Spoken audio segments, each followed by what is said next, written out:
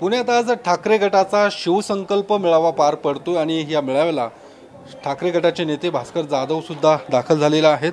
तसं काय आजचा हा मेळावा असणार आहे, विधानसभा निवडणुकीच्या तोंडावरती हा मेळावा पार पडतोय, काय नेमका संदेश असणार आहे? नाही, स्वाभाविक आहे, विधानसभेच्या निवडणुका अगदी जवळ आलेल्या आहेत, तोंडावर आलेल्या आहेत। शिवसेना ही नेहमीच सतर्क असते।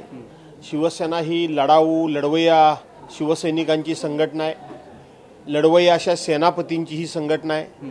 त्यामुळं युद्धाला तोंड फोडण्यापूर्वी शस्त्र ही पाजरावी लागतातच आणि म्हणून युद्धाला तोंड फुटण्यापूर्वी म्हणजेच निवडणुकीला सुरुवात होण्यापूर्वी आपण या ठिकाणी जी पूर्वतयारी आहे पक्षाच्या वतीनं ते आमचे पक्षप्रमुख आदरणीय उद्धवसाहेब ठाकरे यांच्या नेतृत्वाखाली जे महाराष्ट्रामध्ये विविध ठिकाणी अशा पद्धतीचे मेळावे होणार आहेत, त्यातला हा एक मेळावा पुण्यामध्ये आज पार पडतोय। दुसरीकडे याच मेळाव्यावरती टीका करताना नितेश राणे म्हणतात की हा अली संकल्प मेळावा आहे। ओएसिस फर्टिलिटीच्या तज्ञांनी IVF उपचार पद्धतीद्वारे 1 लाखांहून अधिक जोडप्यांना मातृत्व प्राप्तीचा आनंद दिला आहे।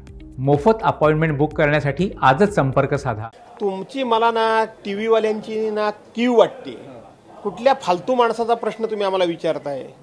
जरा काहीतरी तिथल्याच लायकीच्या तितक्याच वजनदार असलेल्या माणसाबद्दल प्रश्न विचारा। ते म्हटले की तुमच्या सगळ्या महाविकास आघाडीतल्या नेत्यांच्या फालतू लोकांबद्दल प्रश्न विचारू नका माझ्यासारख्या माणसाला।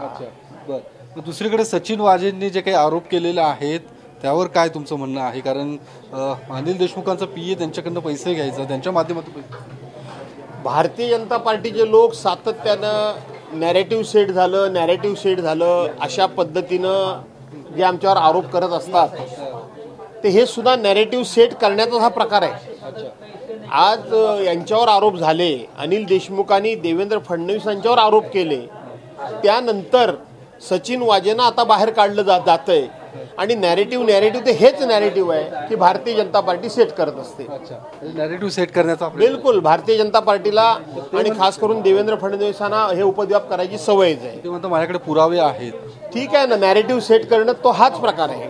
पुरावे आहेत ते द्यायचे नाहीत आणि फक्त आरोप करायचे, ह्यालाच नॅरेटिव्ह म्हणतात आणि ते भारतीय जनता पार्टीची नेहमीची कार्यपद्धती आहे। धन्यवाद सर। कॅमेरामन सुशांत राऊतसह योगेश बोरसे, TV9 मराठी, पुणे।